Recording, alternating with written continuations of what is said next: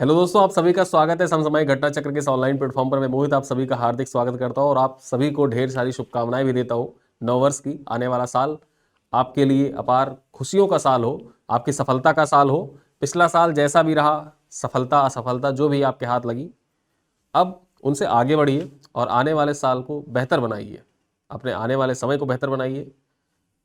दृढ़ संकल्प लीजिए। और बहुत से लोग होते हैं दृढ़ संकल्प लेते भी हैं कि नया साल लगेगा तो हम अच्छे से करेंगे सारी चीज़ें, फिर एक दो दिन बाद कंसिस्टेंसी फिर वही वापस, फिर वो लगता है कि बस केवल कैलेंडर चेंज हुआ है, बाकी सारी चीज़ें वैसे चल रही है। लेकिन नहीं, आपके माइंडसेट पर सारी चीज़ें डिपेंड करती हैं कि आपका माइंडसेट कैसे है। माइंडसेट जब कैलेंडर चेंज होता है तो माइंडसेट भी थोड़ा चेंज होता है व्यक्ति का, और मेच्योरिटी धीरे धीरे मेच्योरिटी का लेवल भी बढ़ता जाता है। तो आप परिपक्व भी हो रहे हैं और उस परिपक्वता को देखा जाए ध्यान में रखते हुए अपने आप को थोड़ा सुदृढ़ करिए, अपने लक्ष्य पर फोकस करिए और आने वाला साल आपकी सफलताओं का साल हो। इन्हीं सारी ढेर सारी शुभकामनाओं के साथ हम लोग स्टार्ट करते हैं आज की महत्वपूर्ण क्लास। इसमें हम लोग चर्चा करेंगे 1 जनवरी 2026 की। आज देखा जाए तो महत्वपूर्ण इसलिए भी हो जाता है क्योंकि आज से ठीक एक साल पहले करंट अफेयर का, डेली करंट अफेयर का पहला वीडियो मैंने आपके समक्ष प्रस्तुत किया था। और रेगुलर पढ़ाते हुए मुझे आज एक साल हो रहे घटना चक्र के ऑनलाइन प्लेटफॉर्म पर, और उम्मीद करता हूं कि आगे भी आप सबका सहयोग ऐसा ही मिलता रहेगा जैसे भूतपूर्व में मिलता रहा है। ठीक है, तो इन्हीं सब शुभकामनाओं के साथ स्टार्ट करते हैं। ये क्लास आपकी यूपीपीसीएस, एलटी ग्रेड परीक्षा, यूपीएसआई, यूपीएससी, लेखपाल के लिए इंपॉर्टेंट है। चलिए, क्या है महत्वपूर्ण खबरें आज की चर्चा करते हैं। यहाँ पर देखा जाए सबसे पहली खबर क्या है, काम्या कार्तिकेयन से संबंधित है। काम्या कार्तिकेयन है, ये साउथ पोल पर पहुंचने वाली पहली भारतीय महिला बन गई है। ठीक है, सबसे कम उम्र की, सबसे कम उम्र की है ये। यहां पर चर्चा करें, मुंबई में रहने वाली 18 साल की काम्या कार्तिकेयन है, ये साउथ पोल पर स्कीइंग कर इतिहास रच दिया है। वे साउथ पोल पर पहुंचने वाली सबसे कम उम्र की भारतीय महिला बन गई। यहां पर चर्चा करें, वे एक्सप्लोरर्स ग्रैंड स्लैम होता है ना, इसको पूरा करने वाली सबसे कम उम्र की व्यक्ति भी बनी है। ठीक है, जो एक्सप्लोरर ग्रैंड स्लैम होता है, इसमें देखा जाए तो दुनिया की जो 7 महाद्वीप हैं उनकी जो सबसे ऊंची चोटियां हैं उनको फतह करना होता है। साथ ही साथ जो उत्तरी और दक्षिणी ध्रुव होता है, इन दोनों पर स्कीइंग करना होता है। हालांकि काम्या कार्तिकेयन के द्वारा यहां पर देखा जाए तो जो दक्षिणी ध्रुव है, ठीक, दक्षिणी ध्रुव पर तो स्कीइंग कर ली गई है, अब उत्तरी ध्रुव की स्कीइंग बाकी है अभी। ठीक है, यहां पर देखें तो काम्या कार्तिकेयन ने पहले ही 7 समिट चैलेंज को हासिल कर लिया है, जिसमें नेपाल की ओर से माउंट एवरेस्ट पर चढ़ना भी शामिल होता है। ये जो 7 समिट चैलेंज है ना, इस 7 समिट चैलेंज के अंतर्गत होता क्या है कि नेपाल की तरफ से चढ़ाई करनी होती है माउंट एवरेस्ट पर, जो चढ़ाई काफी मुश्किल है। ठीक है, जो चढ़ाई काफी मुश्किल हो जाती है। जैसे मान लीजिए कि ये नेपाल का साइड है, नेपाल का साइड, और ये चीन का साइड हो गया। तो इधर से क्या है कि इधर से चढ़ना मुश्किल हो जाता है थोड़ा सा, लेकिन उसको भी काम्या कार्तिकेयन ने पार किया हुआ है। चलिए आगे देखते हैं। इसके साथ ही ऐसा करने वाली काम्या कार्तिकेयन दुनिया की दूसरी सबसे कम उम्र की महिला भी बन गई है। जो 7 समिट चैलेंज था, इसको पार करने वाली दूसरी सबसे कम उम्र की महिला बनी थी। अगली खबर पर चर्चा करें तो स्मृति मंधाना के बारे में चर्चा कर लेते हैं। यहाँ पर देखा जाए तो 10,000 रन का कीर्तिमान इन्होंने स्थापित किया है। भारतीय महिला क्रिकेट टीम की उपकप्तान स्मृति मंधाना ने अंतरराष्ट्रीय क्रिकेट में 10,000 रन पूरे कर लिए हैं। वह देखा जाए यह उपलब्धि हासिल करने वाली दूसरी भारतीय महिला खिलाड़ी बनी है। यहाँ पर चर्चा करें, इस उपलब्धि के साथ स्मृति मंधाना दुनिया की चौथी महिला क्रिकेटर है जिन्होंने अंतरराष्ट्रीय क्रिकेट में 10,000 रन का आंकड़ा छुआ है। इनसे पहले ये कीर्तिमान मिताली राज जो भारत की खिलाड़ी है, चार्लेट एडवर्ड्स जो इंग्लैंड की खिलाड़ी है, और सूजी बेट्स जो न्यूजीलैंड की खिलाड़ी है, उनके नाम पर था। और अब चौथी कौन सी बन गई है? चौथी बन गई है स्मृति मंधाना। ठीक है, चौथी स्मृति मंधाना बन गई है। आगे चर्चा करते हैं। यहां पर देखा जाए संयुक्त राष्ट्र से संबंधित सवाल है। अब संयुक्त राष्ट्र के महासचिव हैं, इन्होंने पहली बार हिंदी भाषा में देखा जाए तो नववर्ष का संदेश दिया है। ये इंपॉर्टेंट भी हो जाता है। हिंदी की महत्वता, भारत चाहता है कि जो संयुक्त राष्ट्र की आधिकारिक भाषाएं हैं उसमें हिंदी को सम्मिलित किया जाए, और उस दृष्टिकोण से ये कदम बहुत ही अहम हो जाता है कि इस बार पहली बार ऐसा हुआ है जब से संयुक्त राष्ट्र की स्थापना हुई है। संयुक्त राष्ट्र की स्थापना से अब तक कभी भी ऐसा नहीं हुआ था कि हिंदी में नववर्ष की शुभकामना दी गई हो, लेकिन ये पहली बार हिंदी में आज नववर्ष की शुभकामना दी गई है। इस वजह से पॉइंट महत्वपूर्ण हो जाता है।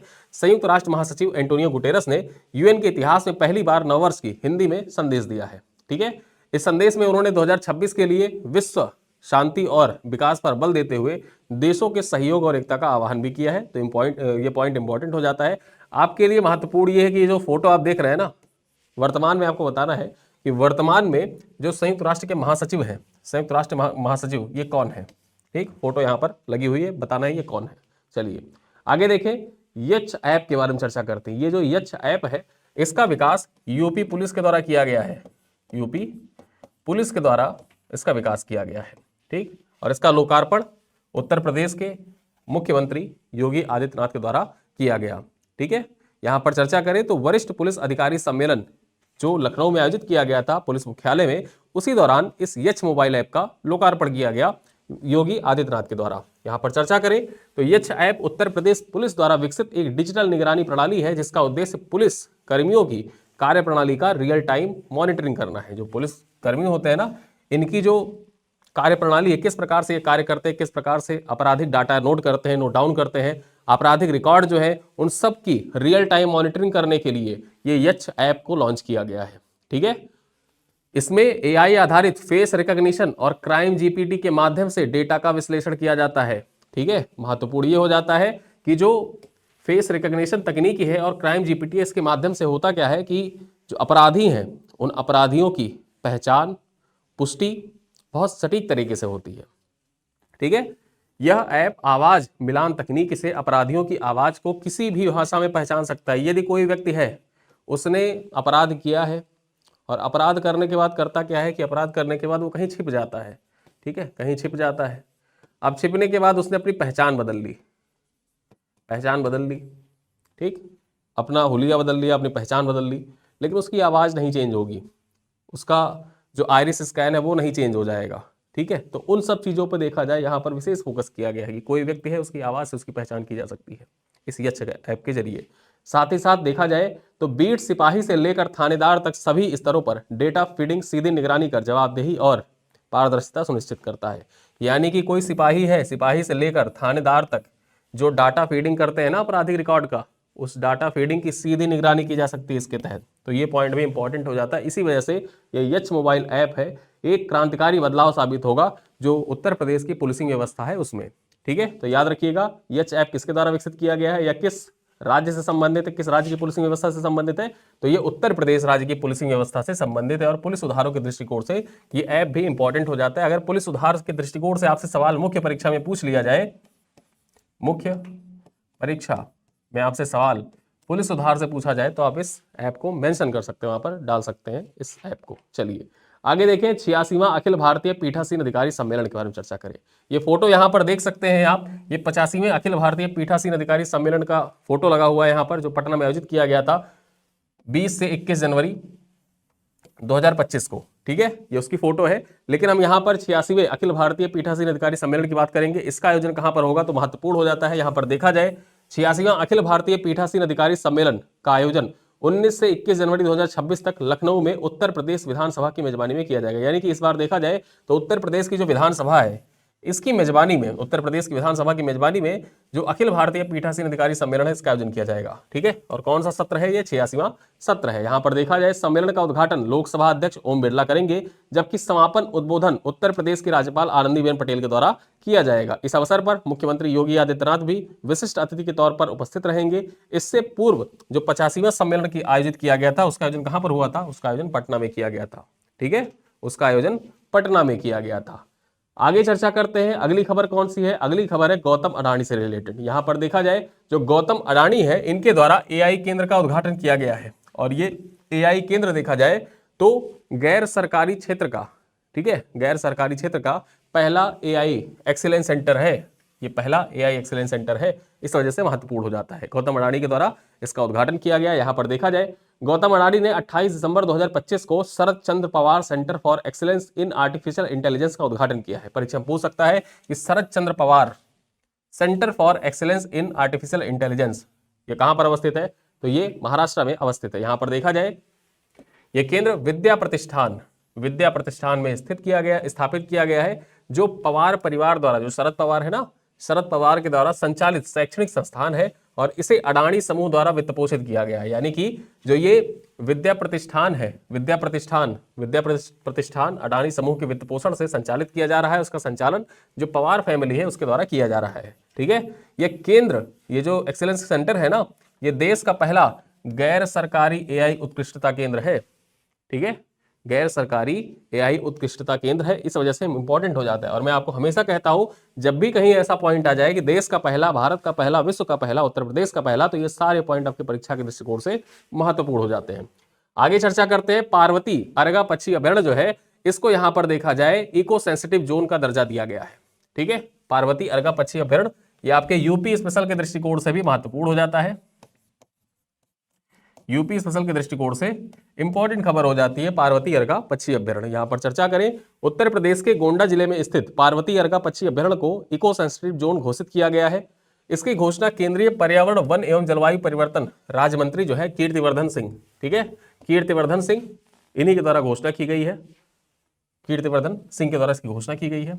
आगे चर्चा करें, इस निर्णय का उद्देश्य जैव विविधता संरक्षण को मजबूत करना और अभयारण्य को जिम्मेदार इको टूरिज्म स्थल के रूप में विकसित करना है। ठीक है, जो ये अभयारण्य है पार्वती अर्गा पक्षी विहार, इसको इको टूरिज्म स्थल के रूप में विकसित करने के उद्देश्य से ही यह निर्णय लिया गया है। यहां पर चर्चा करें, लगभग 1084 हेक्टेयर क्षेत्र में फैला हुआ, लगभग 1084 हेक्टेयर क्षेत्र में फैला हुआ यह अभयारण्य मध्य एशिया और तिब्बत से आने वाले प्रवासी पक्षियों का प्रमुख पड़ाव है। पार्वती अर्गा पक्षी विहार जो है, यहां पर देखा जाए तो मध्य एशिया से और तिब्बत से आने वाले जो प्रवासी पक्षी हैं वो आकर यहां पर ठहरते हैं। और ये क्षेत्र अपनी 2 गोखुर झीलों, जो ऑक्सबो लेक है ना, 2 ऑक्सबो लेक के लिए प्रसिद्ध है। साथ ही साथ एक रामसर स्थल भी है। जो पार्वती अर्गा पक्षी विहार है, पार्वती अर्गा पक्षी अभयारण्य जो है, ये उत्तर प्रदेश में स्थित, ठीक है, यूपी में स्थित रामसर साइट भी है, रामसर साइड भी है। ठीक है, चलिए आगे देखते हैं, जो इसके अंतरराष्ट्रीय पारिस्थितिक महत्व को दर्शाता भी है। चलिए अगली खबर पर चर्चा करें। कश्मीर के बौद्ध इतिहास की खोज की गई। कश्मीर के बौद्ध इतिहास की खोज यहां पर की गई। यहां पर आप देख सकते हैं फोटो में, कश्मीर में बौद्ध इतिहास की खोज की गई है। चर्चा कर लेते हैं। जम्मू कश्मीर के बारामूला जिले के जहनपोरा गांव में लगभग 2000 वर्ष पुराना प्राचीन बौद्ध स्थल खोजा गया है, जिसमें स्तूप और मठ परिसर सम्मिलित है।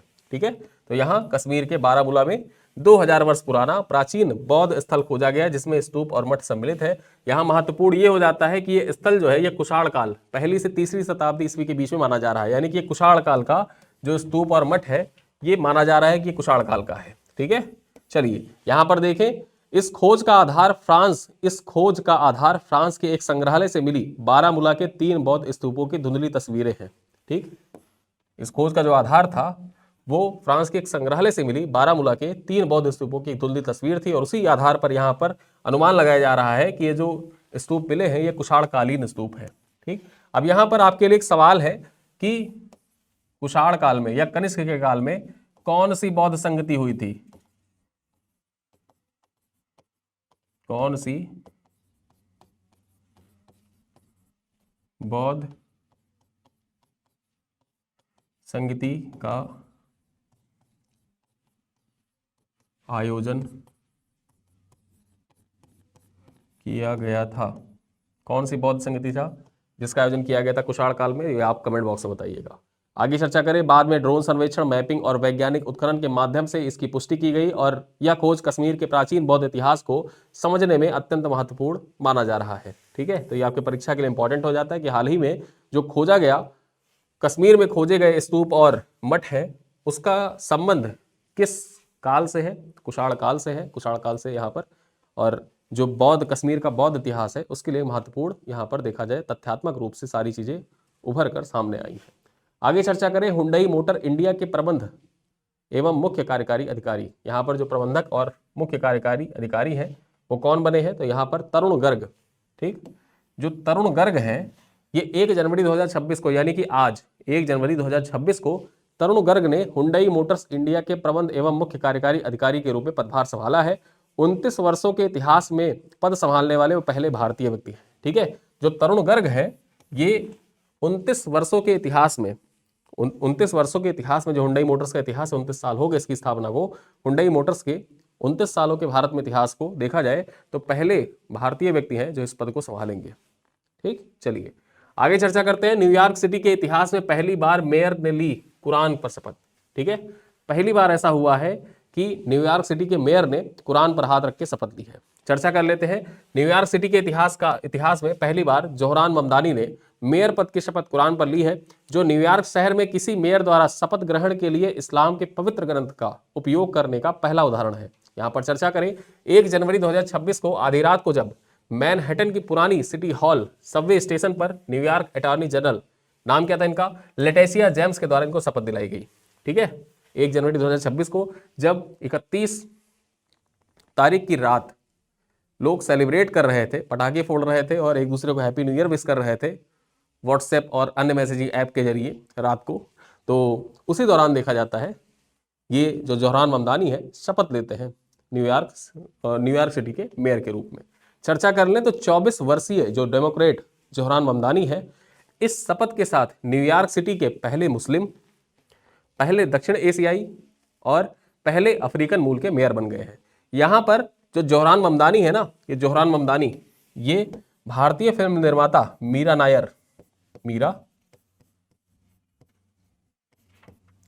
नायर के इकलौते बेटे हैं। साथ ही साथ मीरा नायर भारतीय मूल की, मां इनकी भारतीय मूल की है।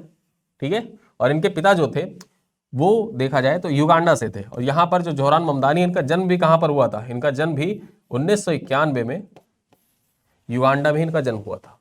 ठीक है, तो इस वजह से ये पहले अफ्रीकी मूल के व्यक्ति बन जाते हैं, पहले दक्षिण एशियाई मूल के व्यक्ति हैं और साथ ही साथ पहले मुस्लिम व्यक्ति भी हैं जो न्यूयॉर्क सिटी के मेयर बने हैं, पहले मेयर बने हैं। ठीक है, चलिए आगे चर्चा करते हैं। जल सेवा आंकलन का वर्चुअल उद्घाटन किया गया है। ठीक है, अब जो जल सेवा आंकलन है इसका वर्चुअल उद्घाटन किया गया। यहां पर चर्चा करें तो केंद्रीय जल शक्ति मंत्री CR पाटिल ने 31 दिसंबर को जल जीवन मिशन के तहत देखा जाए तो जल सेवा आंकलन का वर्चुअल उद्घाटन किया है। जल सेवा आंकलन का वर्चुअल उद्घाटन किया है। चर्चा करें, इससे ग्राम पंचायतें अब अपनी पेयजल आपूर्ति की नियमितता, पर्याप्तता और गुणवत्ता का मूल्यांकन कर सकेंगी। यहां पर देखें तो ये नया टूल जल की आपूर्ति को समझने और उसकी कमी को जल्दी पहचानने का काम करेगा, साथ ही साथ इसमें सुधार करने में मदद भी करेगा। ठीक, तो ये पॉइंट आपके परीक्षा के लिए इंपॉर्टेंट हो जाता है। जल आंकलन का वर्चुअल जो उद्घाटन किया गया, किसके द्वारा किया गया, वर्तमान में पूछे जल शक्ति मंत्री कौन है तो CR पाटिल वर्तमान में जल शक्ति मंत्री है। ठीक है, इसके तहत सभी ग्राम पंचायतों को 26 जनवरी 2026 तक जल सेवा आकलन जो है हर घर जल पूरा करना होगा। ठीक, जो सभी ग्राम पंचायतें हैं उनको 26 जनवरी 2026 तक जल सेवा आकलन पूरा करना होगा, असेसमेंट पूरा करना होगा। ठीक है, तो ये रही कुछ आज की महत्वपूर्ण खबरें। अब चलिए चलते चलते कुछ प्रश्न है आपसे, इन प्रश्नों का उत्तर आप कमेंट बॉक्स में दीजिएगा। पहला सवाल आपसे ये है कि स्मृति मंधाना ने अंतरराष्ट्रीय क्रिकेट में 10,000 रन पूरे कर, ऑप्शन है 4, पहली भारतीय महिला खिलाड़ी बनने का रिकॉर्ड बनाया है, दूसरी भारतीय महिला खिलाड़ी बनने का रिकॉर्ड बनाया है, दुनिया की दूसरी महिला क्रिकेटर बनने का रिकॉर्ड बनाया है, या केवल टेस्ट क्रिकेट में 10,000 रन पूरे किए हैं। ठीक है, तो इसमें से कौन सा कथन सही है ये आप कमेंट करेंगे। दूसरा सवाल यहां पर देखा जाए तो 86वां अखिल भारतीय पीठासीन अधिकारी सम्मेलन का आयोजन कब और कहां पर किया जाएगा, 19 से 21 जनवरी 2026 लखनऊ में, 19 से 21 फरवरी 2026 पटना में, 26 से 28 जनवरी 2026 लखनऊ में, या 10 से 12 जनवरी 2026 वाराणसी में। तो कौन सा ऑप्शन यहां पर सही है ये आप कमेंट करके बताएं। तीसरा सवाल ये है कि पार्वती अर्गा पक्षी अभ्यारण्य किस जिले में स्थित है, गोरखपुर, गोंडा, बहराइच या प्रयागराज। चौथा सवाल क्या कहता है कि संयुक्त राष्ट्र महासचिव एंटोनियो गुटेरस ने UN के इतिहास में पहली बार नववर्ष संदेश किस भाषा में दिया है, तमिल भाषा में, हिंदी भाषा में, उर्दू भाषा में या बांग्ला भाषा में। और अंतिम सवाल यहां पर देखा जाए, पांचवा सवाल क्या कह रहा है कि कश्मीर के बारामूला जिले में खोजा गया प्राचीन बौद्ध स्थल किस काल का माना जा रहा है, मौर्य काल का, गुप्त काल का, कुषाण काल का या पाल काल का।